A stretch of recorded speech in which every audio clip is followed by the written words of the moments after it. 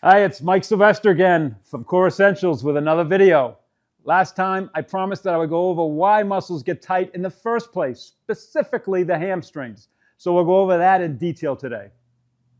I'll also talk about how activating the core can release the parking brake, so to speak, which allows immediate increases in range of motion.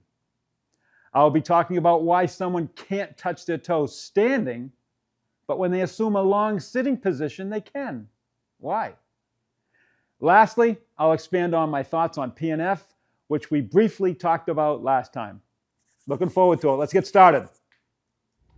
As promised, I'm going to talk about, during this portion of the lecture, what causes the hamstrings to get tight in the first place, like I promised I would on the previous lecture I did. So we're going to go over a lot of different things today. So I'm going to try to, as I always say, I'm going to try to scale it down as much as I can, but at the same time, I don't want to butcher physiology, okay? So I'm going to try to somewhat meet you in the middle, okay?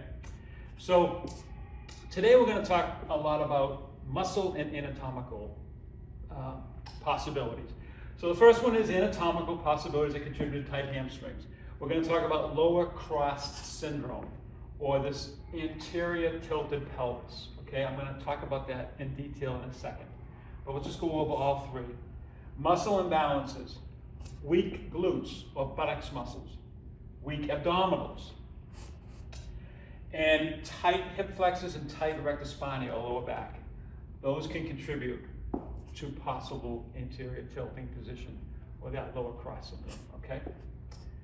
And hyperpronation, which is basically when your feet are in like this knock knee. Okay, we'll get into that, okay? And how that can actually affect the pelvis and going into an anterior tilt. I was fascinated when I learned about that. I thought that was very interesting, how the feet can affect everything up the chain, which makes sense. So let's define lower cross syndrome. Get that all the way, that should stop. I'm not used to these high-tech things, but it's kind of fun. All right, lower cross syndrome. My drawing is not the best. I did the best I could. I do all these drawings, by the way. It's good or bad as they are. So this is a particular male, it's a male here. In the line, if you could see that, we got the tight muscles that cross over. There was a man back in the, I think it was the early 1900s, don't quote me on this. His name was Vladimir Janda. That's J-A-N-D-A. He did a lot of stuff. Talk about upper cross syndrome, lower cross syndrome. We're talking about lower cross syndrome right now. And it's characterized by tight muscles and weak muscles. The tight muscles are on this part of the X. The erector spinae muscles here, the lower back, tight. Iliopsoas muscles, the muscles that are on the ilium here, as well as attach the psoas major, which attaches to the first 5 vertebrae and attach onto what they call the lesser trochanter of the femur, okay?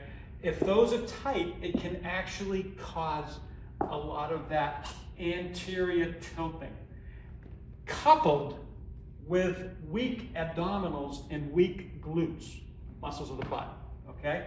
So you got weak abdominals, weak glutes, tight hip flexors. We kind of go into this anterior tilted position. I'm going to get into that very shortly. So that is one possibility that could cause the hamstrings to be put a lot of tension on them when you're positioned like this. So we need to first address the anatomical issues. If there are there, an assessment would determine that, okay? A lot of times people, when they do exercises, they'll do leg lowering. I see a big arch in the back. The abdominals are not strong enough to support it, and they can actually promote more and more of that anterior tilted pelvis, okay? So that's lower cross syndrome in a nutshell.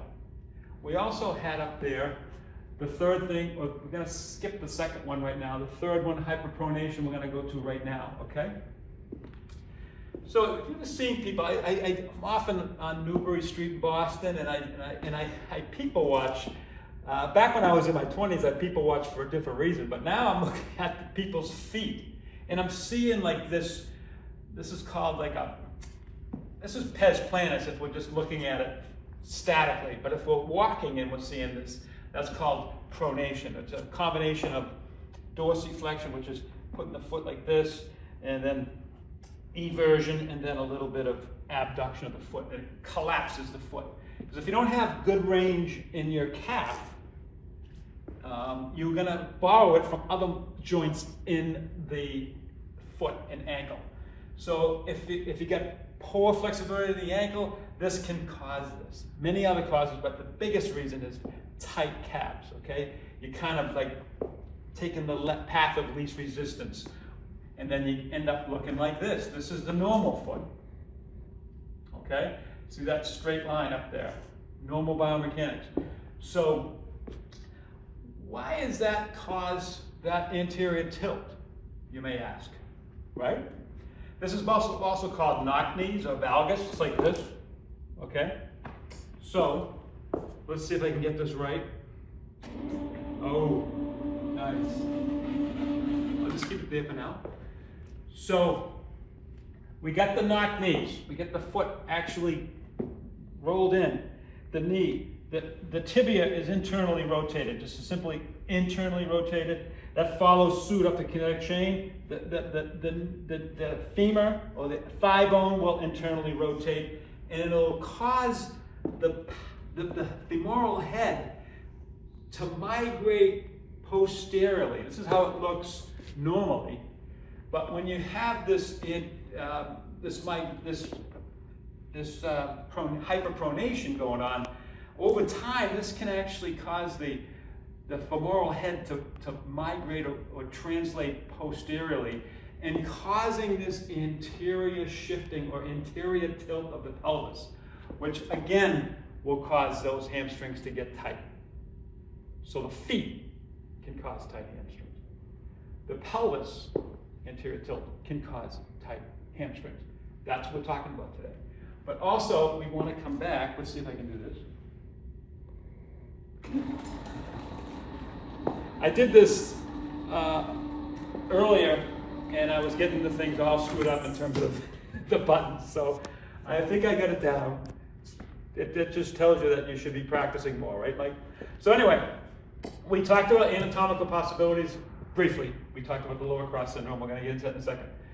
And the muscle imbalances we haven't talked about really that much. So let's talk about a little bit more about the lower cross syndrome or anterior tilt and weak versus tight muscles, which affect the hip position, anterior or posterior.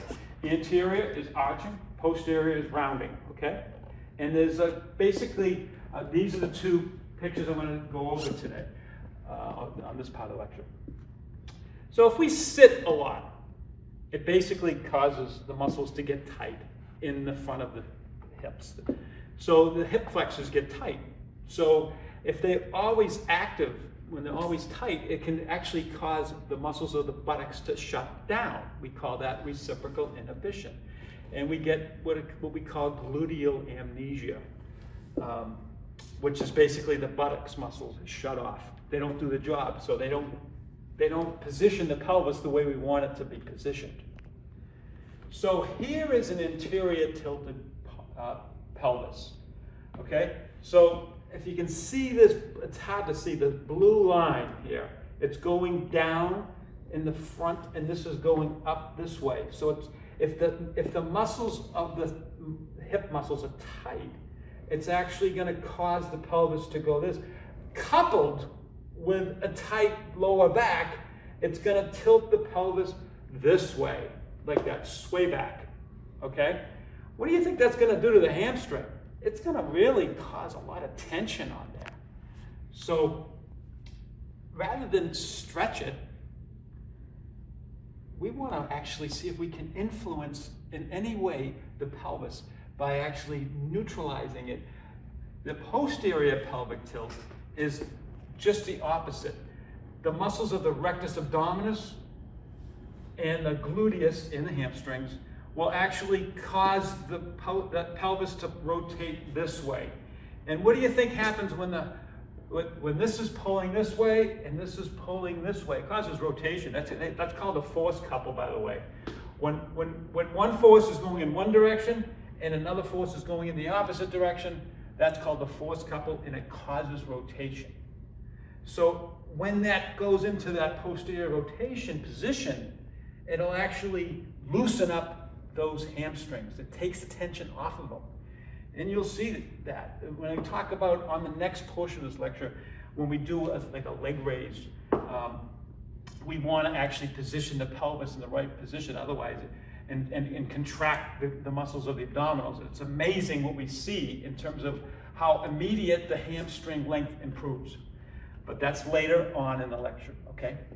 So strengthening the glutes, strengthening the rectus abdominis will actually help neutralize the pelvis. So just think of it this way, it's tug of war. We got tight hip flexors, tight lower back, and we got weak hamstrings, weak glutes, weak abdominals.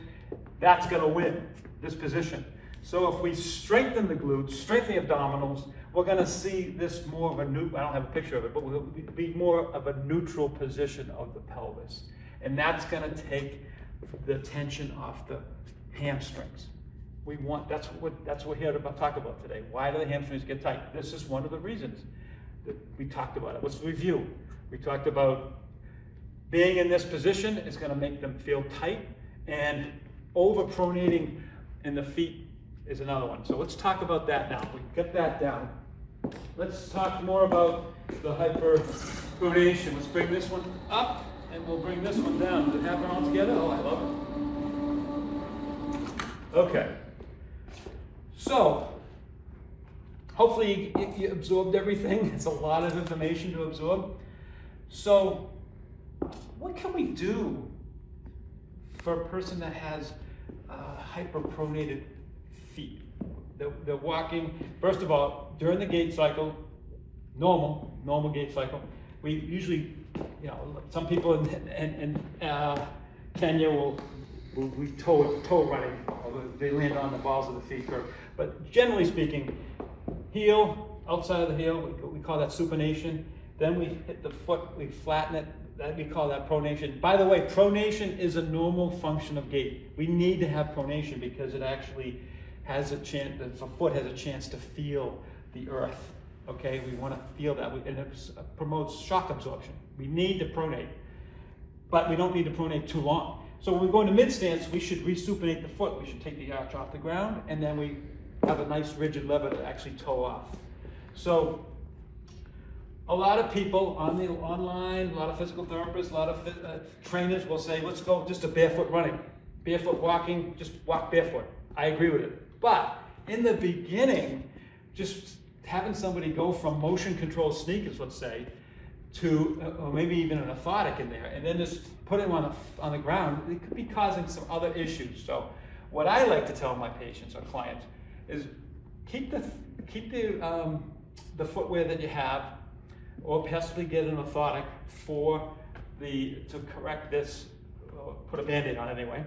And then in the meantime, while you're doing that, do some strengthening exercises, particularly for the posterior tibialis muscle, which is basically, it inverts the foot and it plantar flexors the foot. When I was at UMass, we just learned the normal functions of the foot. We didn't learn the functional actions of the foot. The posterior tibialis not only inverts and plantar flexors the foot. Plantar flexors is this. That's plantar flexion, heel raise. And inversion is this. Okay? But the real function of the posterior tibialis is to actually decelerate pronation. If it's not doing that, it's just going to flop down. So we want to strengthen the muscles in the foot. One of them being, like I said, the posterior tib. So we have exercises that we can do while we're in the shoes that are actually going to give us some support. Down the road, we actually throw the shoes away and get more working barefoot or minimalist shoes. That's my take on that. So the next video I'm going to talk about is these exercises put into practice. So one last thing I want to talk about before we go into the exercises is I forgot to actually talk about it during the first part of this lecture. If your glutes are not firing the way they should, like we talked about gluteal amnesia, then the hamstrings kind of take over to do a lot of what the glute is supposed to do. The glute extends the hip, and the hamstrings actually extend the hip too, but their prime function is to flex the knee. You see in gyms where people lie down prone and then flex the knee. That's one function, but the hamstring also assists in hip extension, is this, hip extension.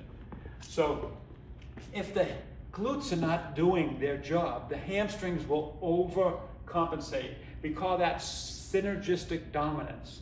So if the glutes are not firing the way they should, the hamstrings overwork and they can get tight.